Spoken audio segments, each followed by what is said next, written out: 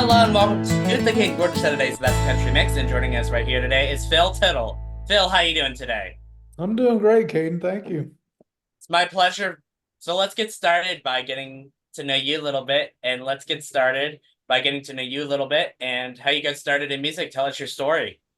Wow, that's a let's see if I can get the elevator pitch on that one. Music, like most people, I guess musicians, they probably had somebody in their life that was always drawing them in towards it. And I think for me, that was probably my mom listening to classic rock, and I just always remember that as a part of growing up. My dad only had two albums, Elvis and Neil Diamond, so I got to know them intimately, and always wanted to play music. And when I finally got out on my own, decided to take the plunge, buy a guitar, take some lessons, and the rest, as they say, is history.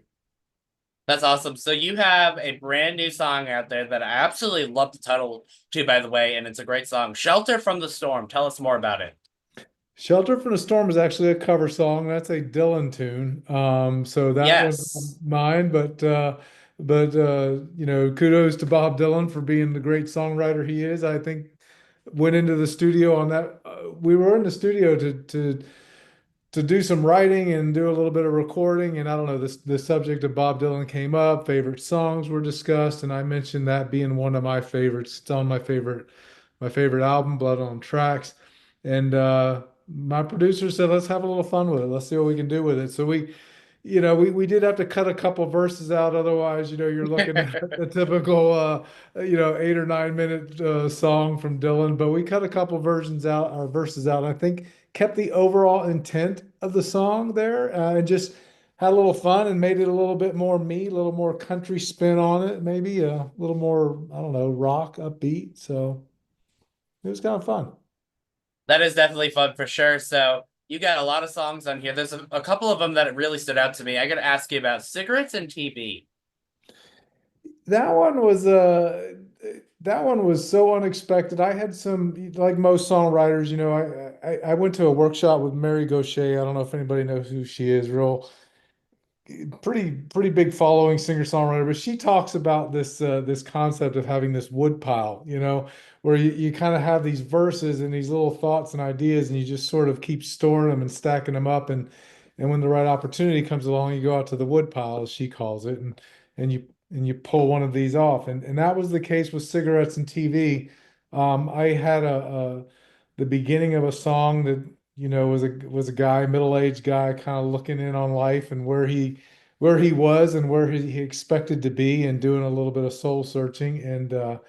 And my producer walked in and said, "Hey, I had this really cool idea, uh, this melody that kind of came to me." And he starts playing the chords, and I said, "You know what? Let me go to the woodpile real quick." And I pulled it up, and Cigarettes and TV was born, and we sat down and wrote it in a few hours, and of course reworked it over the course of a couple days. And yeah, I mean, it hasn't been released yet. I'll probably put it out this summer before I release my full album. But yeah, absolutely excited about that one. That is super exciting. So what's next for you, Phil? Do you have any upcoming projects that you can share with us, or are you going on tour this summer? Tell us more. Biggest thing facing me right now is the release of a full album. My first full LP that will come out. I'm hoping middle of August. 11 songs I've released to include the Dylan cover. I've got four songs out now. Cigarettes and TV will be my fifth that I'll release, and then I'll release the whole album sometime in the middle of summer.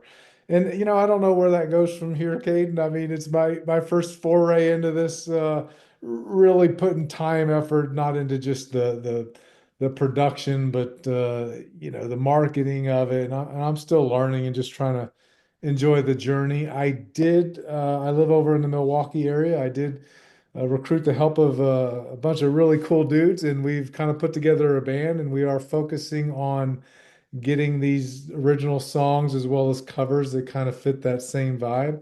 We're working on that now, so I'm hoping going into 2026, I can get out and start sharing this stuff in a live setting. That's awesome. Phil, if people want to learn more about you and your music, where can they find you? I think that easiest way is to go to my website, philtittlemusic.com, and from there, there's links to my social media accounts, which I will be the first to admit I'm not the greatest at keeping up to date, but when something comes along, I'll put some stuff on there like shows. My Spotify account, my YouTube account is linked there, so that's probably the best way to kind of see what I'm doing and get a little bit of my backstory. That's awesome. And Phil, is there anything that I forgot to mention that you would like to mention before we go today?